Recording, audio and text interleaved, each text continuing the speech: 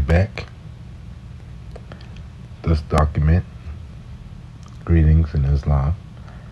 Uh, this document we're looking at, the Treaty of Tordesillas, is probably the most important document in history, especially for those on the American continent and Africa,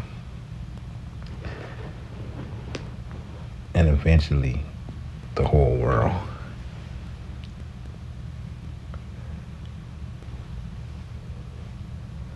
We're going to see why. What we're seeing right here is the 1494 June 7 fragments of the Treaty of Tordesillas, the Lisbon copy. And right here we see the fragment of the copy of the Treaty of Tordesillas preserved in Seville. Well, we got two versions because we got place name changes. And we got different kingdoms. We got Portugal, we got Castile. So they got different ways that they express the lands that they claiming. That's the only claim that I ain't seen. That need to be rebutted worldwide. But nobody wants to talk about it. We'll see why. It's very important.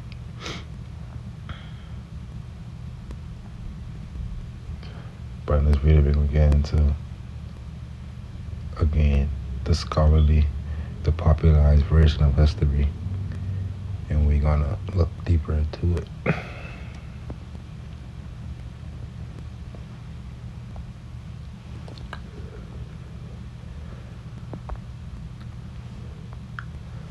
So let's break this up and let's see how, let's help them out. The early voyages sent out by Prince Henry, and you see that 30. That means in this book, you gotta go to the part where they, at the bottom, where they just explain to you where they get the claim from in detail, but don't want to tell you within the book. So you can see how this dealing with America and Africa, like we've been saying. Say the early voyages sent out by Prince Henry, or I say the navigator, along the west coast of Africa were connected with the crusade of Almar. Remember that crusade? We're going to talk about that in our timeline, which after the conquest of Ceuta, the Portuguese carried on against the Saracens in Morocco. See Beasley, Prince Henry of Portugal and the African Crusade of the 15th century, and the American Historical Review, page 11 to 23. They were undertaken partly to learn whether there were any Christian princes in the interior who would aid the prince against the Moors. So they were looking for other Moors, but under Christendom, under the Rome, who could aid them in battles.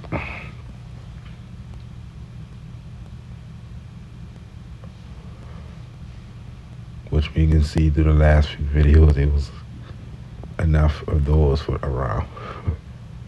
So they were undertaken partly to learn about and because the Infante desired to have knowledge not only of Guinea, which is basically what they learned, that these Moors will bring the gold, which the term Guinea in everybody language means a gold coin. They call it iguanan.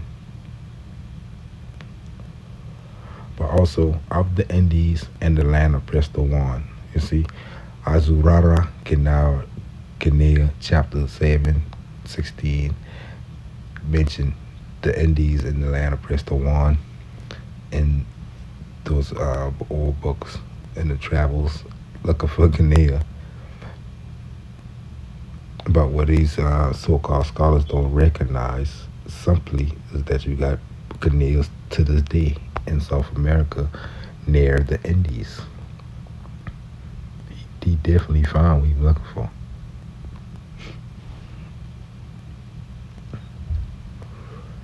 The Indians who were said to worship Christ are clearly the subjects of Prestowan. The question where the Portuguese supposed these Christian Indians to dwell whether in Abyssinia or Asia, have aroused a controversy, and we don't got that controversy no more. We get it, which is summed up in Vogelin Historical Critique. A bit of evidence apparently not noticed here, though, but conclusive for his date, in the oration of obedience delivered on December 9th, 1485, before Innocent VIII by the Portuguese ambassador Vasco Fernandes do Luina. A copy of this oration, printed at Rome, probably in 1485, is in the British Museum. The passage is as follows. The passage in Latin.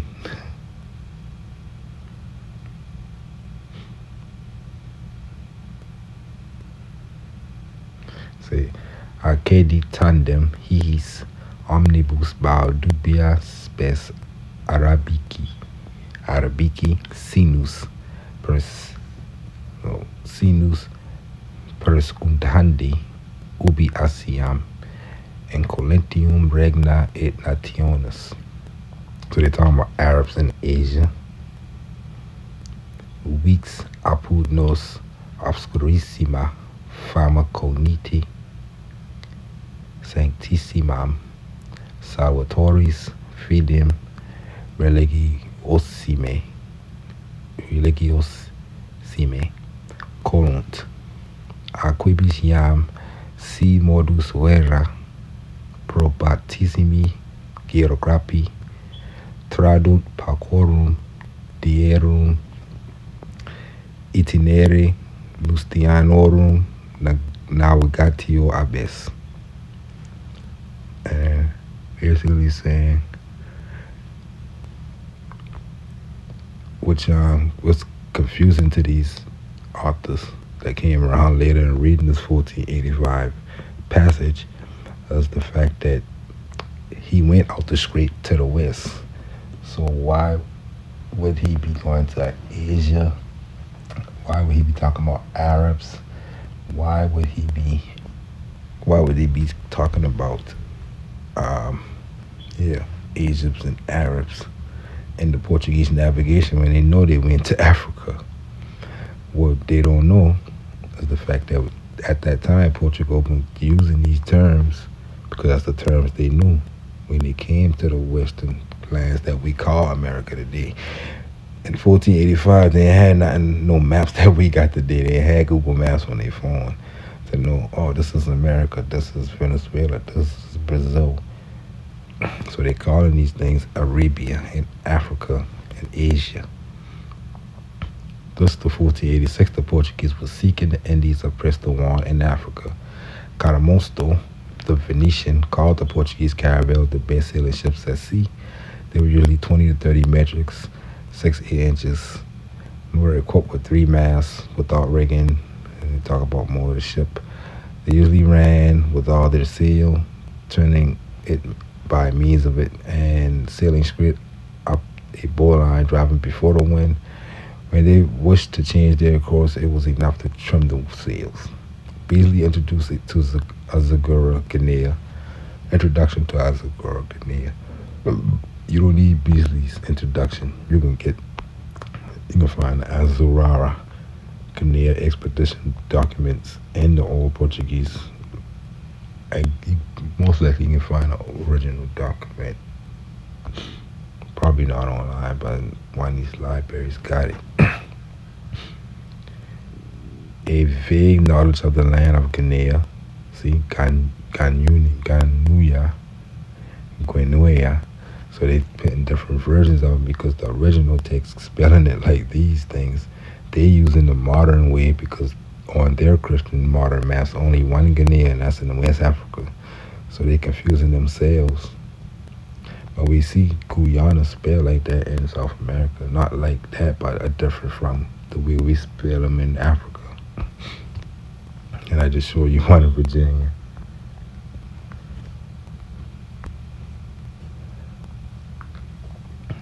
So you got Guyana next to it, Suriname. You got French Guinea, Guyana spelled like that. But you got countless of this, with suffixes connected to it. Guanabarpe, Guanare, Guanajuato, Guanabara, Guanambi, Guanarito, Guana, go on and on and on and on. I can also change that up and get more. No matter how I spell it, it's going to give me some over here. So we can see the story showing us that they're the only ones who confuse. Can't get rid of everything. You can change some place names, but some gonna stick. Just gonna hope we don't find out about it. Let me see.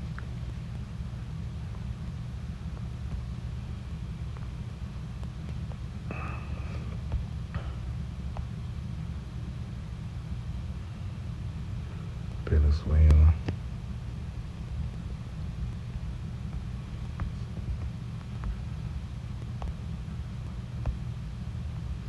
Spell like that, I guess you get the one overseas. Let's see if we take the H out. And let's see, now you probably not getting the East Indies versions. Because it's one empire. We already know Papua New Ghana. That's where they going and name those over there. And we go over there, we know we're still in the zone, climate zone called Africa. So we'll get some of the same terms in these lands that we get all across the same parallel all across the world with this Africa. That's why you got the Ghana and all three lands in that same parallel.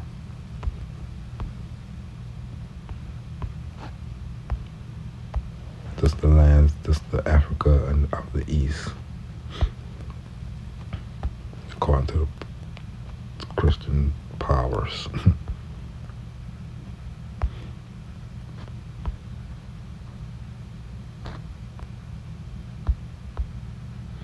When they come here, they start to find sultans and shit. Maluku. Sultan of, they had a sultan named Hamed Moloko.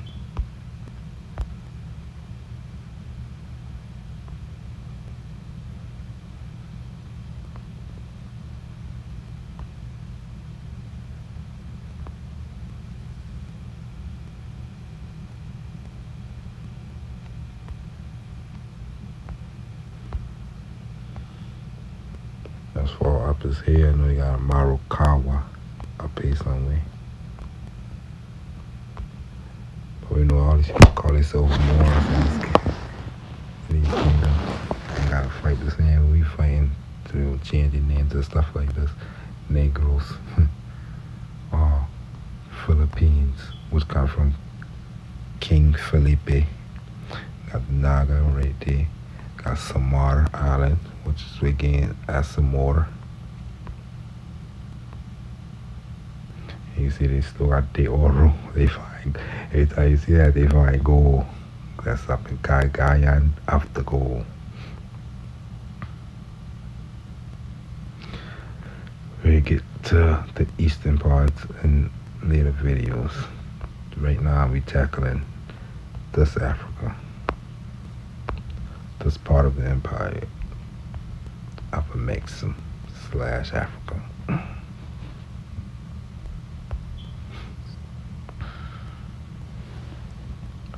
So they call it the land of gold, Guinea, south of the Great Desert, inhabited by Negroes enriched in gold, blacks enriched in gold. Existed in Europe long before the time of Prince Henry. So that knowledge of that already, like we telling people. Because our story just been a reconstructed world history to make them look like even everything is just now being discovered.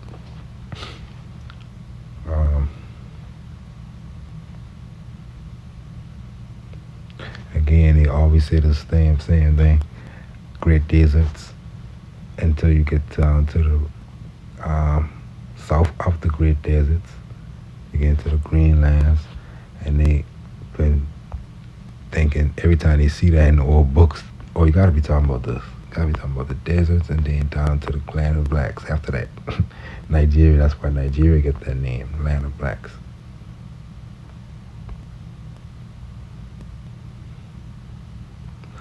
But like I showed in the last video, you got deserts up here, you just can't see them too far up.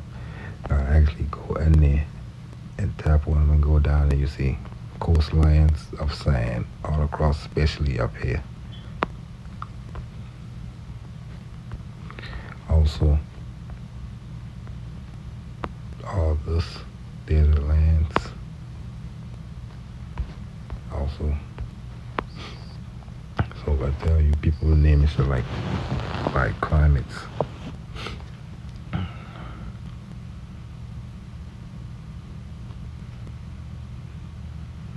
But we know about a lot of the stories get switched up based off the fact that some stuff they put in desert lands that doesn't fit. I have a story about Morocco talking about a lot of rivers and stuff that isn't in there. So we put that story in the other Morocco, where the river's at.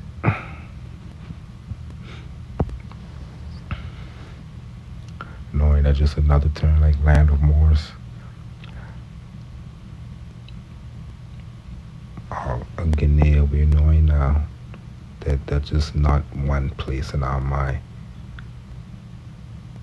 You shouldn't even be calling yourself a scholar if you go reading books about 1553, saying in Guinea and his mind he's stuck in modern day Guinea.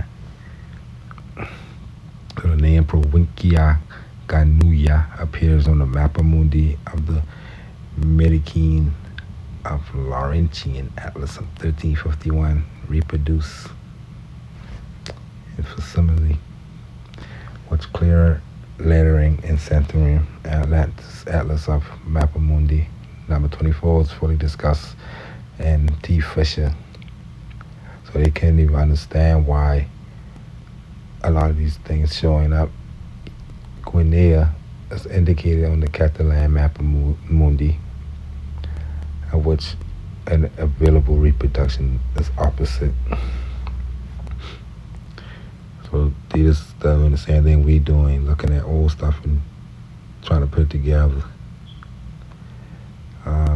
See, in 1886, trying to figure shit out. 1852, trying to figure things out.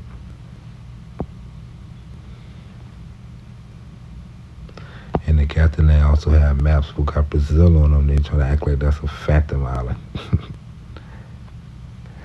The Senegal, they talking about the Senegal or Western Nile or the Nile of the Negro, of the blacks. When this river was discovered in 1445, it was believed to be a branch of the Nile.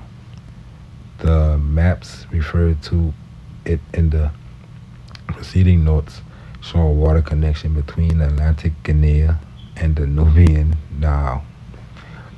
Now, on some old maps you can find a Nilos River connected to Rio Negro, which would make that the Nile of the Negro, or the black. But I guess these people who doing those studies, they ain't find that map. Put it right in Africa.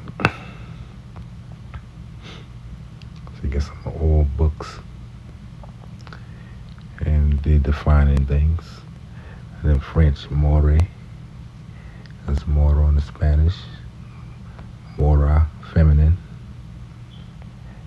Black of the Guinea. That's how they define it, alright? Morisque.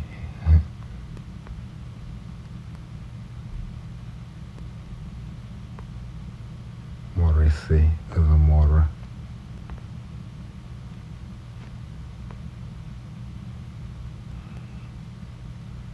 They talk about the Morabito, which came from the Moabites.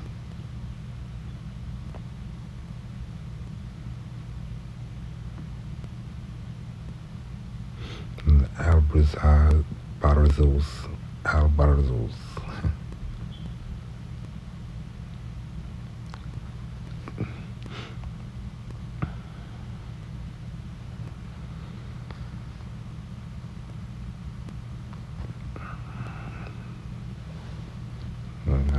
I see in this. Right here say, for the spread of belief for the book Taylor's Primitive Culture, Volume 2, page 4, for the spread of belief in ancestor and spirit worship among Indian Mohammedans. See the Admiral Little book, Crook's Intro to the Populist Religion and Folklore of Northern India, and My Legend of the Punjab, where saints' legends occur. See, the idea of guardian spirits is perhaps due to the earliest belief that the dead fight with the living against their enemies, compared the Portuguese who, in their Indian fights, often saw crosses in the air. And at different times, Moorish persons asked who the beautiful young woman, and the venerable old man were who appeared in front of the Portuguese squadrons. The Portuguese who saw no such person was thus taught to believe themselves under the particular care of the Virgin and Saint Joseph. So the guardian god of the Jews, when they were into Canaan, went with them to fight for the enemies. Interesting.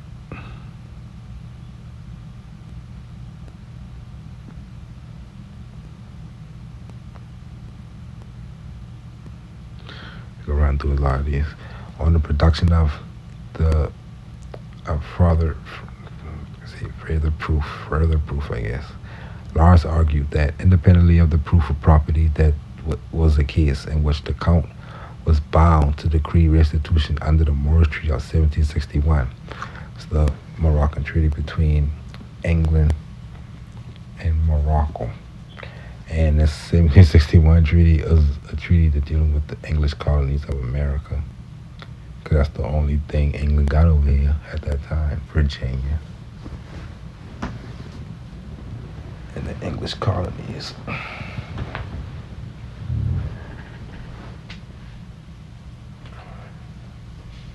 Excuse me for a second.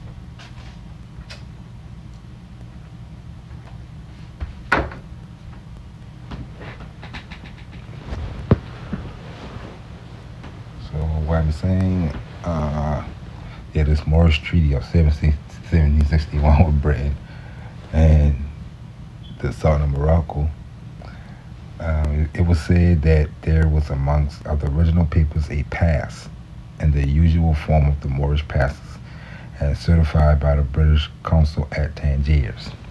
So that's what get a lot of us mixed up. We see the treaty between this treaty particularly, we compare this to the one against with the United States, because they like to say that's about the Mediterranean Sea overseas. But these products coming from America and Africa out of the Moorish Empire coming into Europe gotta get registered at a port. So Tangiers is that port, and Britain wanted some of them tariffs off them products. And they wanted rights that for their ships to bring in those products from America and Africa. So that's why they do the treaty with the Sultan to get those rights. So nobody wouldn't be molested at sea. So they say that this reason why the case had not been rested on this ground in the first instance, instead of submitting to further proof was. So they ain't been duly observed because that's what they've been doing. They've been trying their best to obstruct these treaties, which they have to abide by.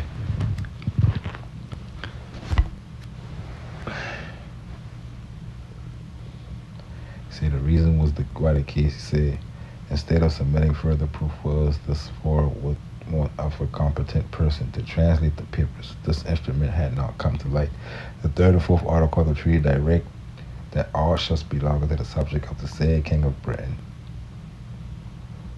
and the Emperor of Morocco, Emperor of Fez and Morocco, and his subjects may securely navigate and pass the seas without being searched, etc. It was contended that this treaty left nothing unsuspicious, that under these articles no inquiry or search ought to have been made, much less should the captors have proceeded as they did to take out some Spanish prisoners, an act specifically prohibited by this treaty.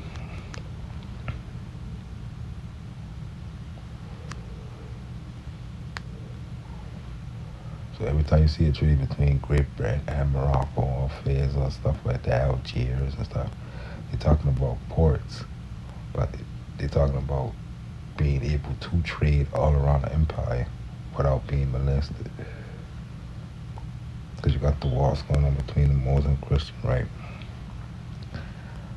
So just from the same book we just finished reading about Prince Henry, say Cape Bojador in 26 degrees 7 degrees north was rounded by Gil Giannis in 1437, called the Azuara. 40. During the long period prior to Prince Henry expedition, Cape Na or Cape Nam was the southern limit of Portuguese coast navigation. This cape was therefore not the Cape Nam situated in the north of the Canary Islands. See, that's the confusion they get right there. They say, hold up, according to the records, the Portuguese Prince Henry, the navigators and his navigators, they saying all they went to was Cape Nam and back. That don't make sense because they went all the way to Ghana. That's what they saying in their head. But we know the Cabo Bojador and the Cape Nam that the Portuguese talking about was the same as Hamiko and Hanon. The other Carthaginians, we're talking about Cape Nam up here.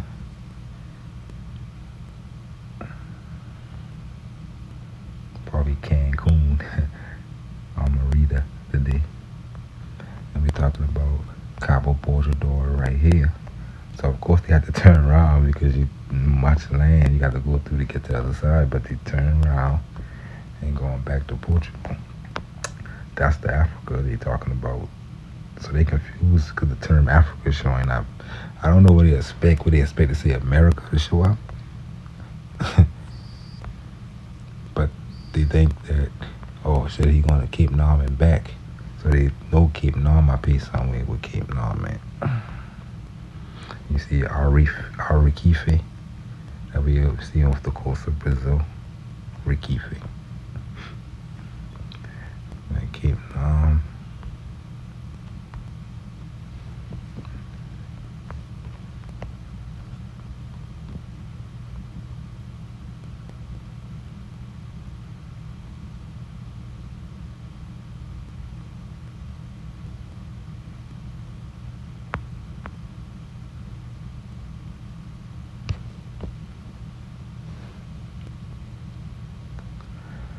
So right there in the Cape Nam where they give me hotels.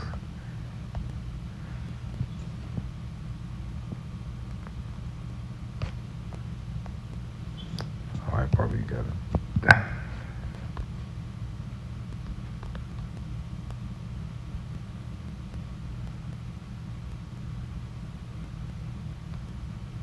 Spanish.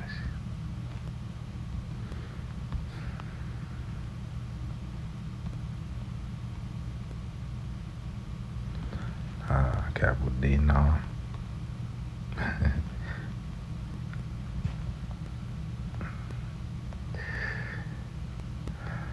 Cabo de Aguirre.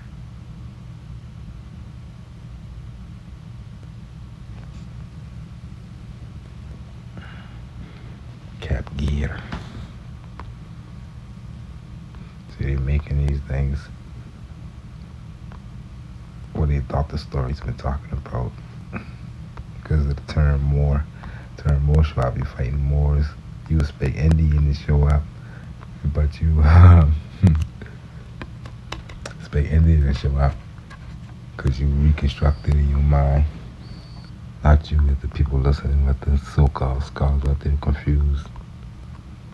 Or who make these confused maps. But we know Carlos deliberately, basically he try to hide the gold mines in America and make maps with name places and put them over here, saying navigators over here. And it still ain't work because the people who've been coming already know where to go. It just fool a bunch of scholars and us. And that Tamri, I find that in South America too.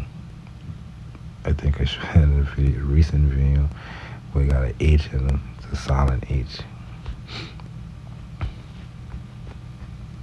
Cape Nom should be. Oh, he saw me. And Cape White. Which is very ambiguous. The White Cape.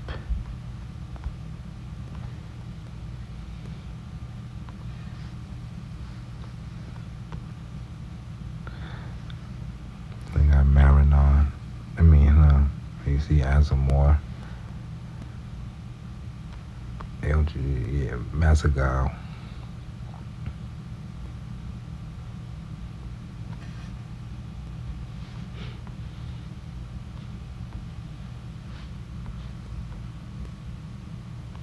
Another Tamariz. The White House. Cape Nom. Somewhere in these islands, probably.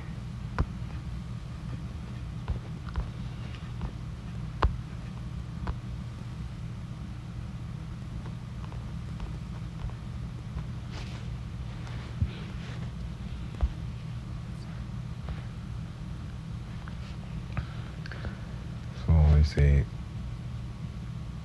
the Cape was therefore probably not to keep non-situated to the north of the Canary Islands and 28 degrees 47 north latitude. I can put that in there. Thank you.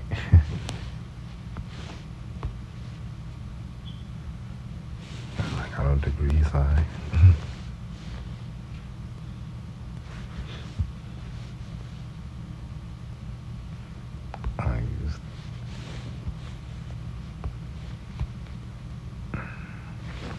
I know even a way you could have put directions in this thing by the true name of the land, the degrees, latitude, longitude.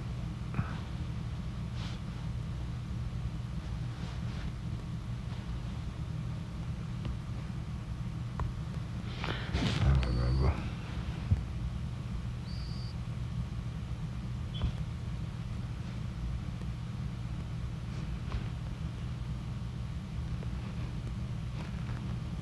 Anyway, say must have been south of Cape Bojador, where indeed it is a place on some maps of the early 15th century. See the article of España and Berberia by Jimenez de la Espada. And talk about more. The fact that throughout this and the following text, Cape Nom is mentioned after Cabo Bojador may indicate that Italy is south of it. The reference to the bow, that's why I say you gotta read these bows. Like we see at the beginning, Treaty of Tordesillas, those are the records. These boats coming out of Rome. These the claims that they making, and we ain't rebutting. We just acting like it real. Issued by Eugenius the Fourth in 1437, and the bow of Martin V.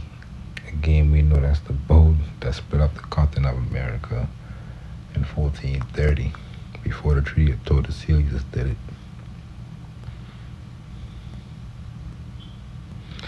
And I think it's 1430 they off a little bit in connection with the Spanish-Portuguese controversy over the Canaries. Such a boat is referred to in Cod, another book of America, 1892. Probably somebody who figured it out.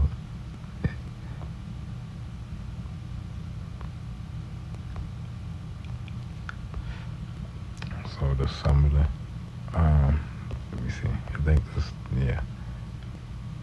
You see some of the documents translated to English. We ain't gonna go through the whole thing. We can point out some. We know they're talking about impious Muhammad and to preach and cause to preach to them the unknown but most sacred name of Christ granted, however, always by the royal authority.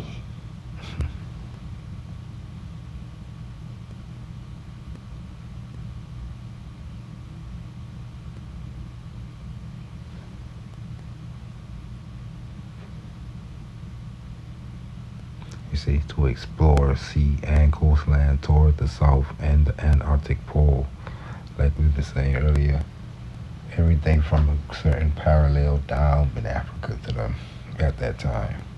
So when you go back and read them stories, keep that in mind, especially the Portuguese and Castile. Later the Dutch and the English and France, and I think, well, France, early France, Normans, and Templars definitely everywhere in Africa. But once they get down to the English and stuff, they start to really use terms like America and New World, and Africa split them up. But the early 1400 Portuguese definitely had one Africa, no America. But they was talking about America in some of those stories. They say, take possessions of very many harbors, islands, seas, and they at length came to the province of Guinea. And having taken possession of some islands and harbors and seas adjacent to that province, see, both sides of the Atlantic, sailing further down, they came to the mouth of a certain great river, commonly supposed to be the Nile, and war was waged for some years against the peoples of those parts in the name of the said King Alfonso and the Infante,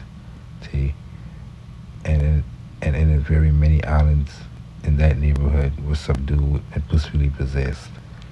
At that time, Portugal and Spain been calling things islands that we don't consider islands today.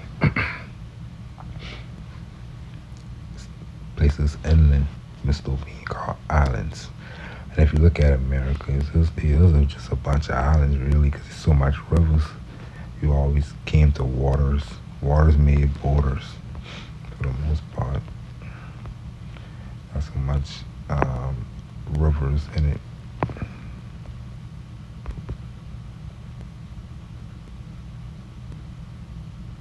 Let me see this. Let me see if I can change to a terrain.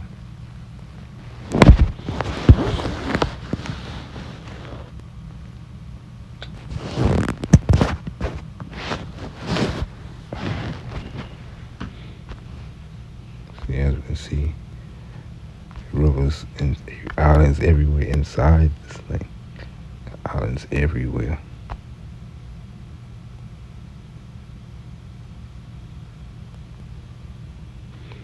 Like that little piece right there, that's an island. And then go on and on the island.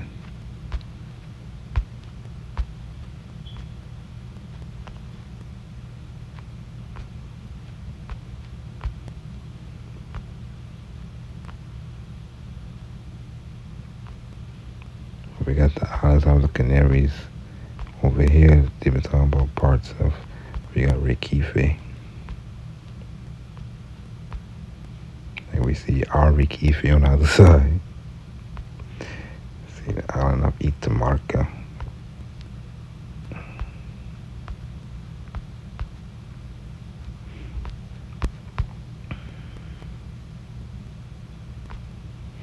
When you see these little sow and the little letters with the accent on them in the sea like that, then you're dealing with Portugal. Very Portugal.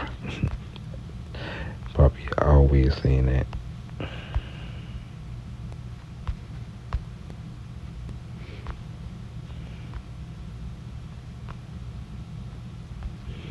Especially this river. A great river. Also the Rio Negro.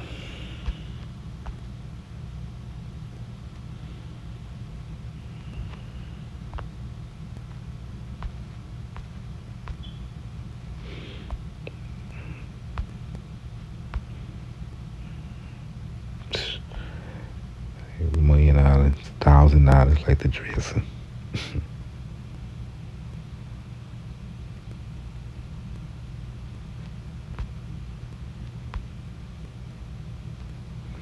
To add insult to injury, you can see the word Senegal right there. So where did Henry really going?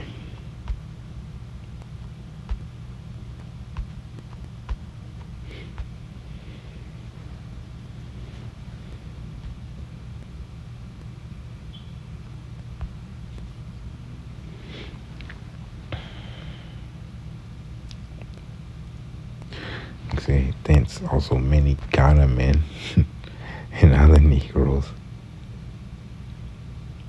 And that right there, these terms right there make all these authors think that they've been talking about the Africa of our day. Because in our mind today, that's where so-called black people come from.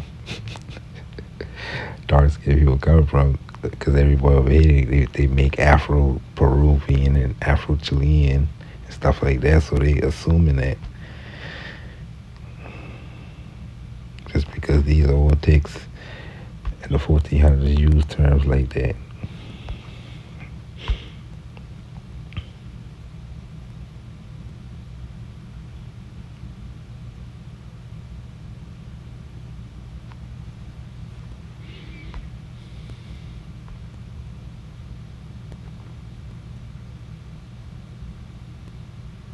But I tell you, teach those infidels. So they talking about Moors.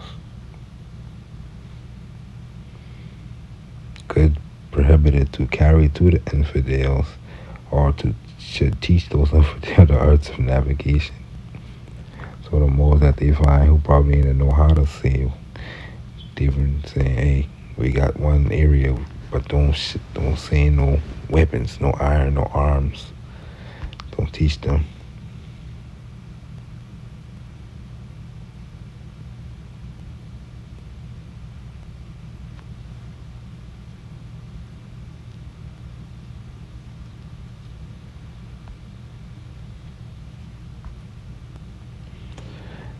And so that's the Papal into Katera. And succeeded Nicholas V, 1455. Spain was a Spanish man of fiery spirit and religious zeal, who exerted himself to the utmost of roots of nations of Europe to crusade against the Turk.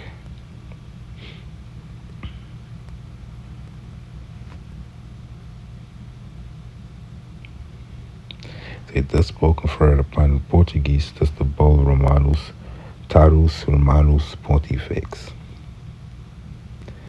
Thus Bull was the Intercatera, and Intercatera is conferred upon the Portuguese military order of Christ, of which Prince Henry was governor. The spiritualities in all the lands acquired and to be acquired, from Cabo Bojador to Nam, through the whole of Guinea and beyond, in the southern shore as far as to the Indies, whether the phrase Usque ad Indus. See, they can't tell you that because Columbus is he before Columbus, so they gotta act like they don't know what's going on. Talk about refer to the subject of Pester or Juan or the East Indians remain a point of controversy, right? So they'll rather take this man. Oh, he said the Indies, so he must be came from Portugal down the coast of Africa to Ghana, and then all the way around here to India, and then back to through here through the streets, and then that they'll rather do that than just put the story just because of Columbus. But they all ended together because that's wrong. They keep their claims attached by tricking you with that damn story.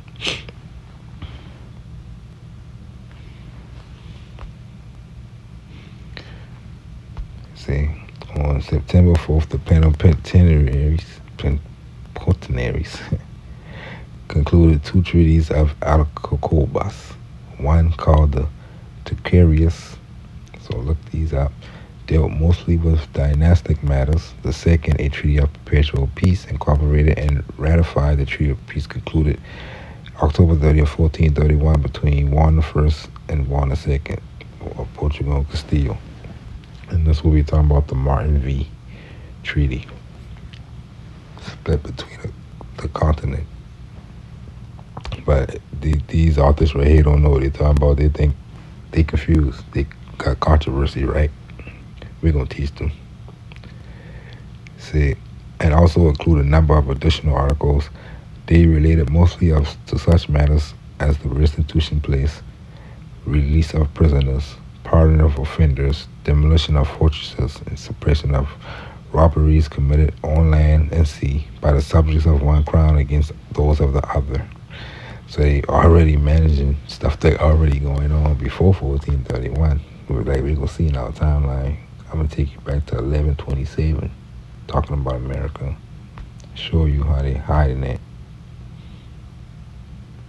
or how we can't see it. But look how they talking. They say, by the 8th of these additional articles, Ferdinand and Isabella bound themselves not to disturb Portuguese in her possessions of the trade and lands of Guinea, or the Azores, Madeira, or Cape Verde Islands, or of any of the other islands in the region from the Canaries toward Guinea, and not to interfere in the conquest of Morocco. On the other hand, by the 9th article, King Alfonso and Prince Juan succeeded the Canaries to Castile. So, on our modern day history, none of this belonged to Portugal. They put Portugal all the way over here in Brazil on our modern day Treaty of Tordesillas documents because all this get took by Castile, like they say, succeeded it to Castile. But this what they've been talking about, this Canarias. That's what Castile ended up getting, right? That's where they put the Tordesillas line at in the future, couple after 1492. This document right here, where they talking about 1431 document between Portugal and Castile, included these lands: Madeira, Gran Canaria, Santa Cruz, Cabo Verde, Tierra Firme, the Cabo de Aguirre, Hierro, and the Rio de los Esclavos at that point.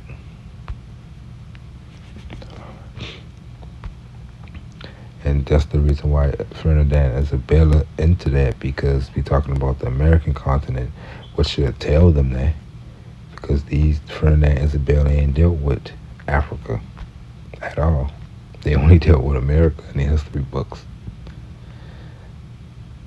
So that means they're talking about, they dealing with Portugal and Juan and Castile so-called inheritance, because they come after that. They in 1492, they in 1430s. She inherit Castile and Aragon. They came together to make Spain, but she already been sending Columbus to go rename stuff off the stuff that they already had in these documents. And this time at Rome.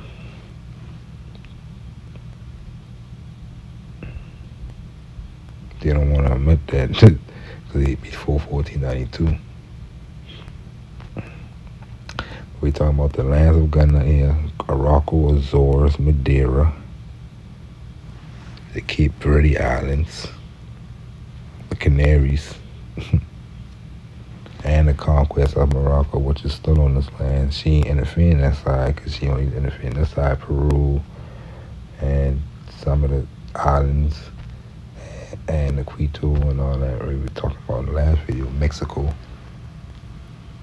New Spain, and all that. She deal with that side, like the Treaty of Tordesillas Sea. The treaty was apparently ratified by Alonso and Prince John at Evora,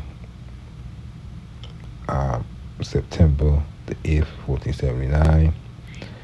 So that's still before 1492. It was ratified by Queen Isabella, King Ferdinand being absent in his kingdom of Aragon at Trujillo on September 27, 1479, proclaimed and published in the frontier cities of Badajoz and Elwas, September 15, and at Vera on September 30. You see, they putting these claims in, and to get the rebutted, they definitely ain't getting rebutted by nobody. 12 and was ratified by Ferdinand and Isabel at Toledo. So we know Isabel and Ferdinand ain't talking about nothing but dealing with the Africa today. Portugal at once took measures to secure her rights. You see, she's starting to see that Castile been digging into her so-called discoveries, which would be Madeira and Santa Cruz and this Canaria and Cabo de Aguirre. The Prince Henry navigations. That's where they say, hold up now. They try to claim everything with this Columbus guy.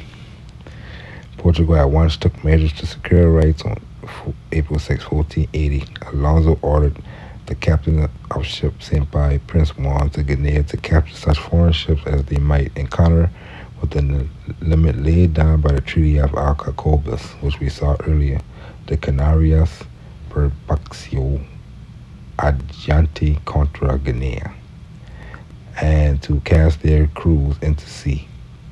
So she started going after Castile and her parts of America that she thought, well, Castile and Portuguese parts that Castile thought they had, and to cast their crew into sea. In the following year, the Pope confirmed the clause of the treaty that conclude foreigners from Guinea, so they couldn't go back to the Guinea mines. Even during the Treaty of Tordesillas, Spain don't got no rights in the western part where the Guinea mines at, still in Brazil. It is interesting to notice that the summarizing the Treaty of Chronicles Rui de Pina and Nun de Liam describe Guinea as extending as far as the Indies. You see, they say it's interesting to notice. They can fathom that because a whole big ass ocean in the middle of that, unless you're talking about the Indies, this Guyana and this Indies.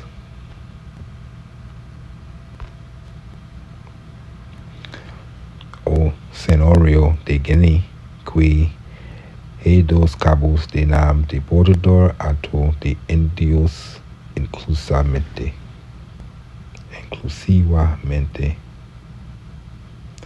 And they say it again, Cape Now, from Cape Now to Bordador. And I believe they're talking about a Bordador on the side, not this one. I think they talk about from Cape Now to Bordador, and then that was Portuguese been claiming at first.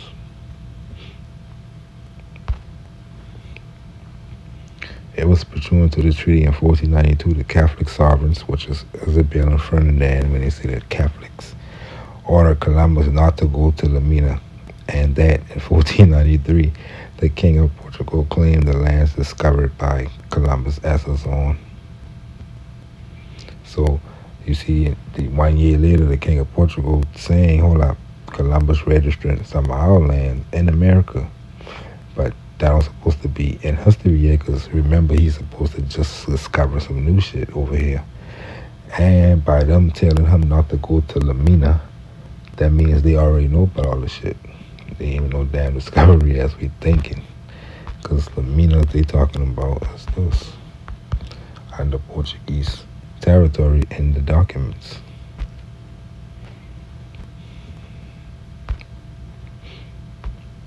Which was really just the mine. Cause it could have been a lot of mines.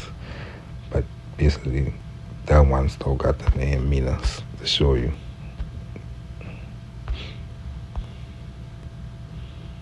So yeah, we can see right here, Minas. So that's the Mina they're talking about in this one.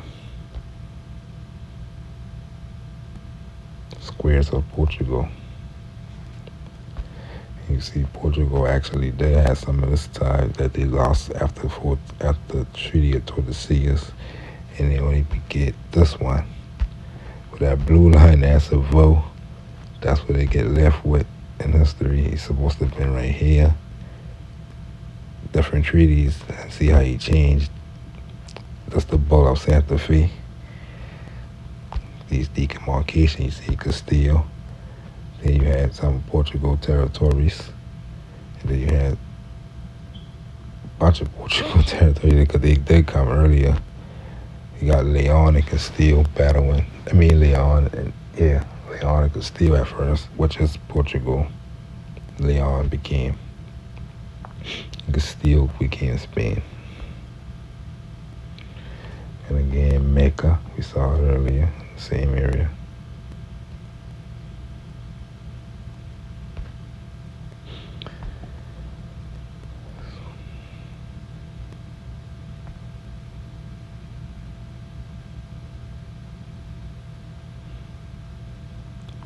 I know it probably look like, damn, that's too much. That's how they're looking at it. But it's a lot of good shit. See, moreover, the Afro said, King and Queen of Castile, Aragon, Sicily, will the resolve in order that this peace be firm, stable, and everlasting promise henceforth and forever, that neither of themselves nor by another, publicly or secretly, or by their heirs and successors, or to disturb, trouble, or molest, in fact or in law, in court and out of court. And you gotta learn how to write these writs, like these ancient writs. The said king and prince of Portugal, or the future sovereigns of Portugal, or their kingdoms and their possessions or quasi possessions, and all the trade, lands and barter in Guinea with its gold mines and any other islands, coasts, and lands, discovered or to be discovered, found or to be found, or in the islands, Madeira, Porto Santo, and Deserta, or in all the islands of the Azores, and the islands of Flowers, and as well as the islands of Cape Verde. So we're saying again, we're talking about these and these documents.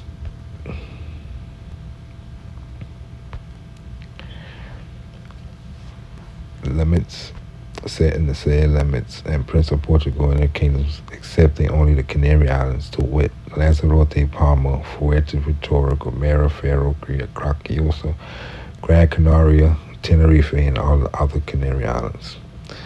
And I got a video of old geography showing you all these islands in America. Acquired and to be acquired, which belong to the Kingdom of Castile, you see. They've been splitting that shit. But we can show you the islands, the what we call the Caribbean islands, that they were all these terms and what he's been at in Castile's so-called conquest. Portuguese, they conquest again. They had their names for the places in their so-called conquest. And again, at the same time, which we got to get back to, the Moors had their own maps of this whole continent without their names.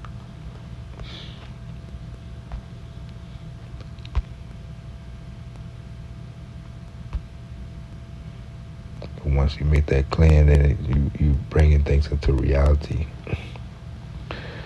It say which belong to the kingdom of Castile, and in like manner they promised to not disturb, trouble, or molest any persons whomsoever who under any title, any way, manner whatsoever shall trade or traffic in, or acquired by conquest the said trade of Guinea, or that of the said coasts or lands discovered or to be discovered.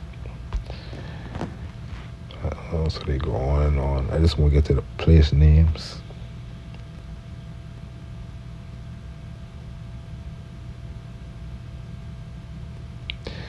And Portugal calling the entire continent Guinea and this shit, Africa and shit like that. But right here it say, moreover, the king and queen of Castile, Leon, etc., promised and agreed in the manner above said of themselves and for their successors not to presume to meddle, nor will they meddle any matters with the conquest of the kingdom affairs, just as the former sovereigns of Castile did not obstruct it or meddle with it. But the said king and prince of Portugal and their kingdom successors shall be freely allowed to prosecute the said conquest and defend it as they please. And they're still talking about America using kingdom affairs. And this basically talking about ports and trade rights.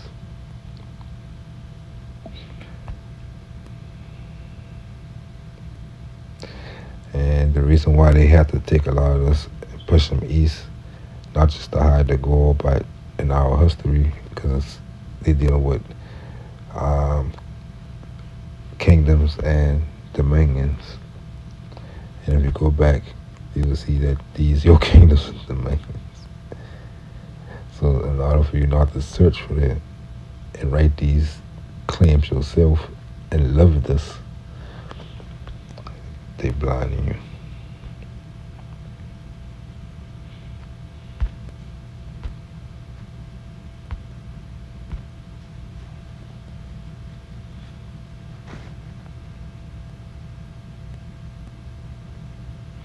And you see down here the English petitioning the Pope to trade in any part of Africa, which would include America.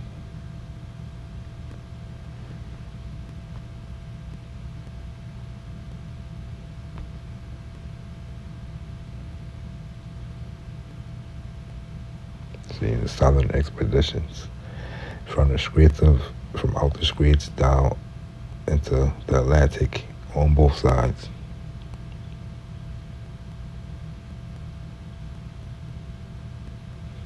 See, he's charged with the government of the places in Africa, quote unquote, and receive the revenues from the Guinea trade. So you see, people think conquest is just like a bunch of Portuguese just run up in the land. Now it's Portuguese land. It's just been a bunch of people probably ain't never even know they colonized, because they just really getting control of trade routes and routes in the fifth, and the payments and the revenues that come through different ports and shit.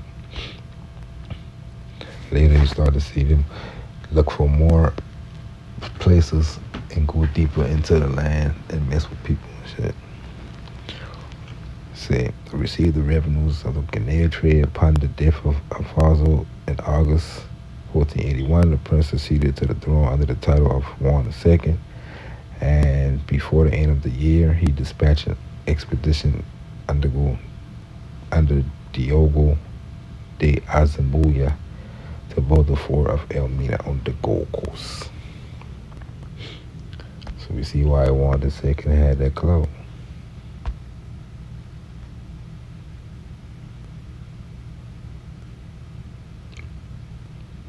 So the Treaty of Alcobas, whereby the sovereigns of Castile promised not to disturb Portugal and Guinea and in certain of the Atlantic islands or in Morocco.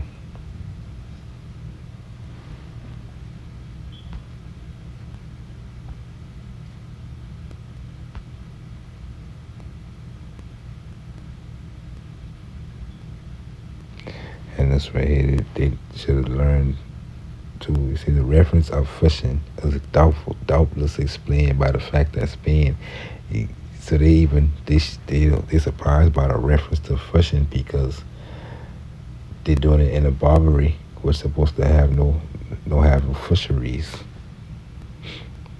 yielding to the demand of Portugal, had just agreed to forbid her subjects to fish south of Cape Portador. One of the two treaties between Spain and Portugal concluded at Tordesillas on June 7th, 1494. So it's the one after Columbus, the one we all know about. Relates to the fisheries from Cape Portador to the River of Gold. This treaty is printed in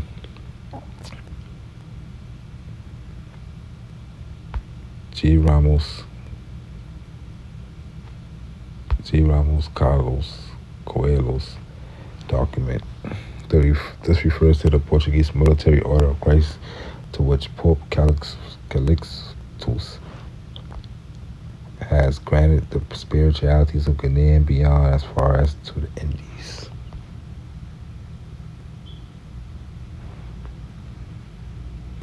But they probably in their mind, they talking about the East Indies, which the Portuguese did go later, eventually. But I think they've been confused Portuguese after a couple of decades, who've been using these documents of claims and going to the East Indies like, oh, now we in the Indies after our forefathers.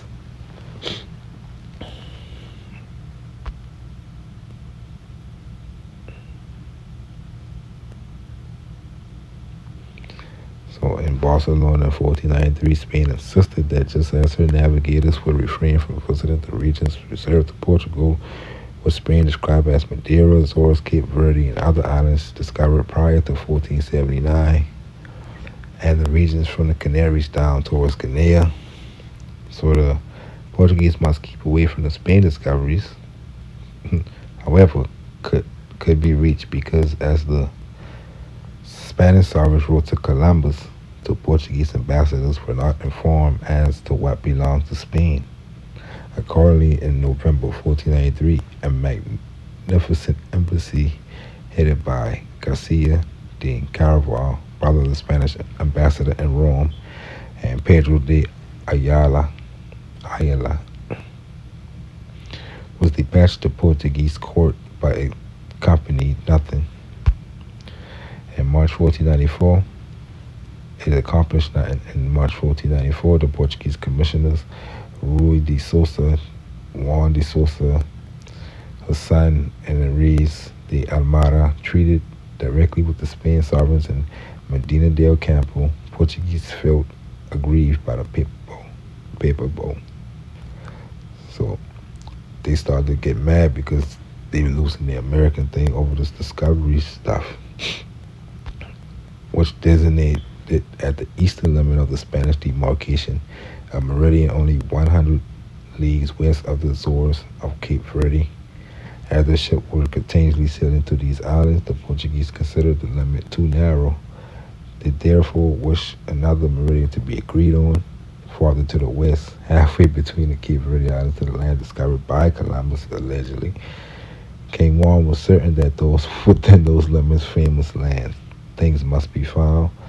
This new line of demarcation was agreed to by Ferdinand and Isabella. So these two lines, like I say, you have to renegotiate. They're like, wait, we've been in America too.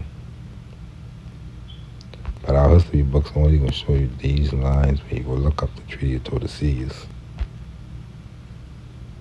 For Portugal, they can say, well, we get them Brazil and everything to the west, or to the east of that. So they do one more.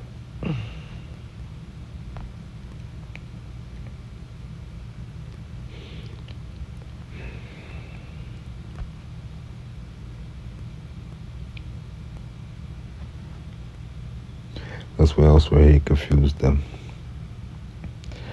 How a lot of the history end up dealing with the Canary Islands and the Azores and shit instead of America, so-called New World. But they let that go. But we see the vessel should meet at the Canary Islands during this time, and each of what's said parties shall send certain persons within them to wit, pilots, astrologers, sailors, and any others. So they're trying to see where they're all places at Portugal and Castile. But why do you think they meet at where they talking about Gran Canaria? Well, they calling it an island, so that's confusing them right there. But like I said, everything's an island at the time.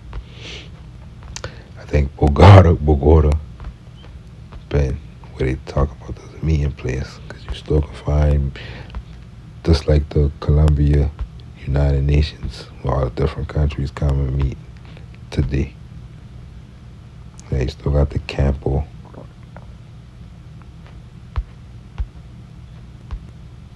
I don't think it. This Bogota. Yeah, this Bogota. You got Madrid, Ceuta, San Francisco. It's like the mini United Nations. Miramar, Cortez, the court.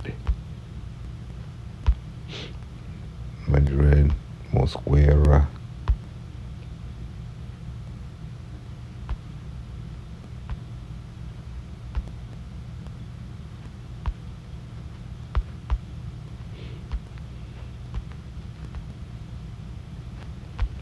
And it's up and more further north that had this. So yeah, that's another area that could be we're talking about where all the people meet up, the nations meet up to deal with it.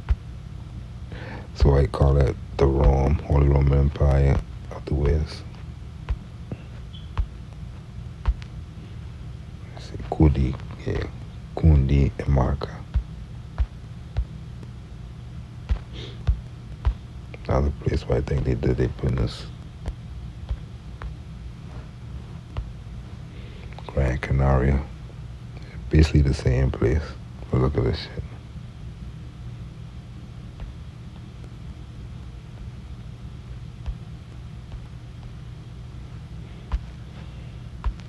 Yeah, Bogota is in Cundinamarca.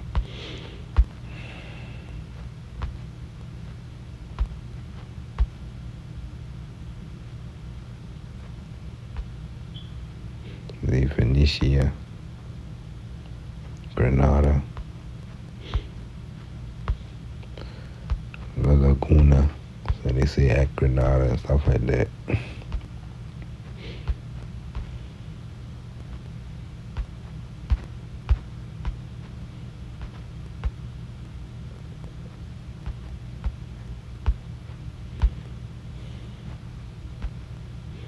To Armenia.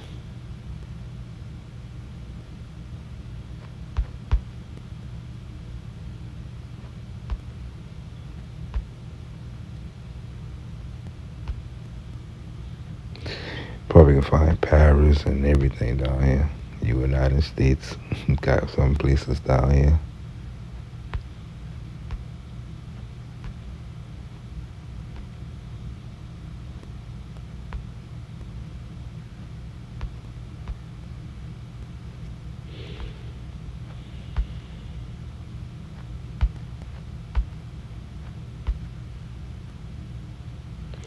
That's where the flag of the Star Crescent, Cundinamarca is the flag of the. They got the flag of the Cherokee and the flag of the Muskogee and all coming down here. So that's the next Western United Nations spot.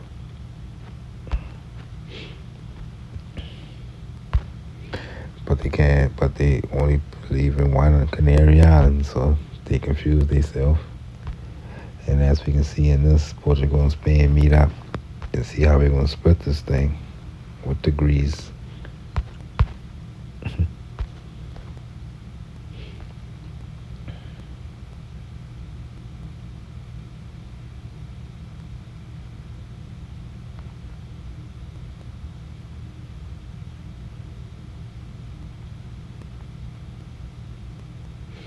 See, they're talking about Brazil now. They starting to realize that, oh shit.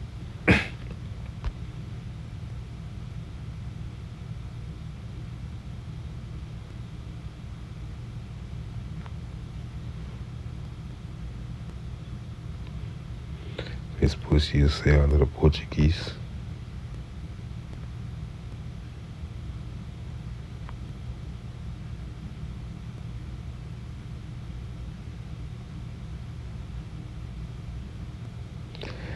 Say, well disposed toward King Emmanuel, who was zealously laboring for the extension of the faith in Morocco, in Guinea, and in India.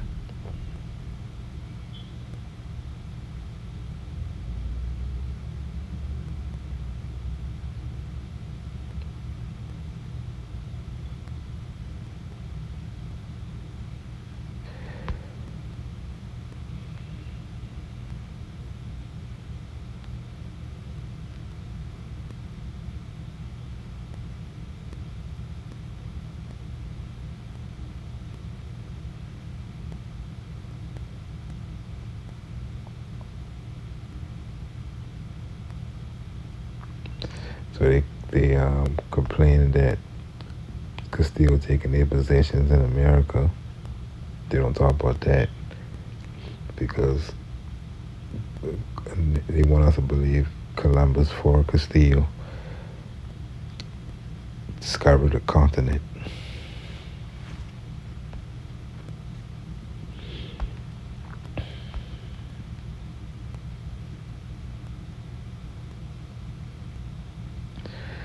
Some more translations, but this book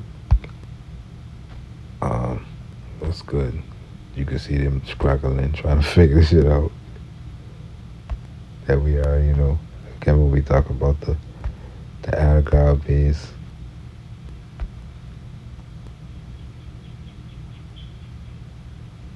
You remember we talked about Manuel the First and his vassals of the Kingdom of Mecca and this Colombia and their possessions of Portugal.